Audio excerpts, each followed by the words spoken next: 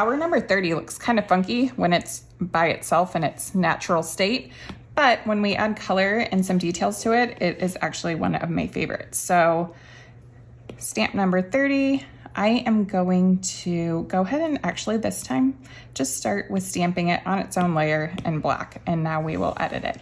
So the first thing we're going to do is change the colors of some of the petals and the base of the flower. So we can either do that by using alpha lock or a clipping mask. So if you do alpha lock, you tap your layer, click alpha lock, and then you can, we need a monoline brush, you can color right on your flower. So we can increase our size and color right on our flower.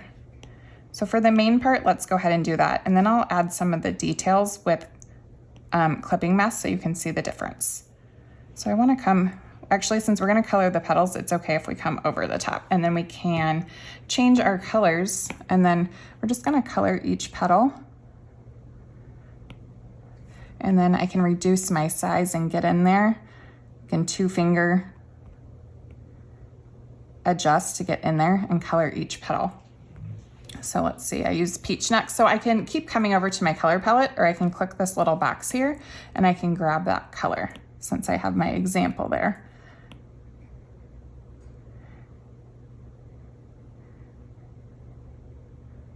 All right, grab a new, this is just a darker, actually it looks like, in my original I used a light yellow and a darker yellow. I think I used darker yellow again there.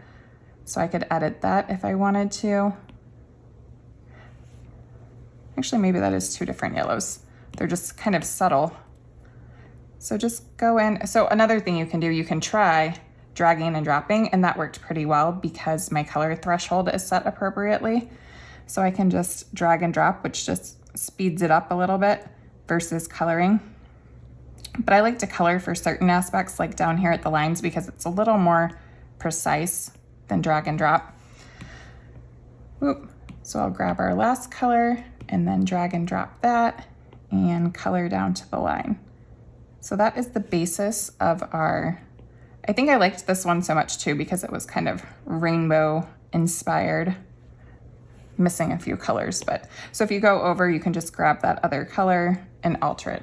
So to add that line, I'll show you how to do that with a clipping mask. So add a new layer, we'll grab the navy color, and I just want to add a line right along there. So I'm gonna try to eyeball it as best I can, and if I hold it, I can get a perfect arc just like I can with a straight line, and just kind of slide it into place. Now you can see it's overlapping our flower. All we have to do to fix that is tap the layer and hit clipping mask, and then that confines it to whatever the layer below it is. So if I turn clipping mask off, it goes right back. If I turn clipping mask on, it's confined within that layer. All right, so let's add another new layer and go ahead and just add some simple dots.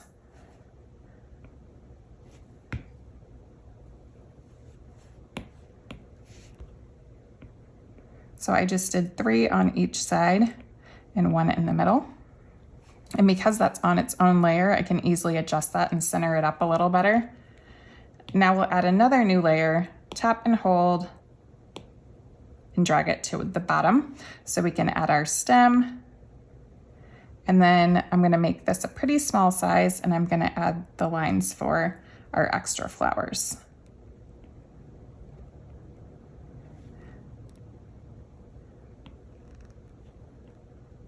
All right. Oop. Okay, not happy with that one. A lot of 2-finger tapping when you can't get the lines just right.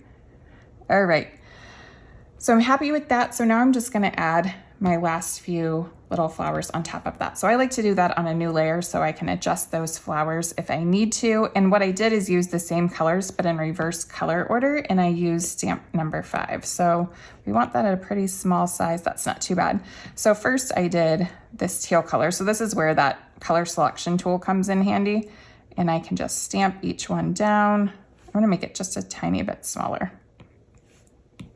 And then I use the lighter teal, so I'll use my color selection tool again, and then I use the peachy color, and then finally the hot pink again. And now again, I can, because these are on their own layer, I can use my little selection tool option here, an arrow, to rotate them. I can resize them, and I can just really easily edit them because they are on their own layer. I know I talk about it a lot, but I use so many layers when I work in Procreate just because it makes your life a lot easier. I have maxed out the number of layers you can use before and had to combine some things down, but that's pretty rare. Okay, so now we just need to add a simple navy dot in the middle. I'm gonna go ahead and do that on its own layer, just in case I wanna edit it. So I'm gonna go back to my monoline. Let's see, way too small. So we will make it a little bigger and then just add that dot in each. And that completes our flower. This time I will just go ahead and pinch it down all into one layer, and flower 30 is complete.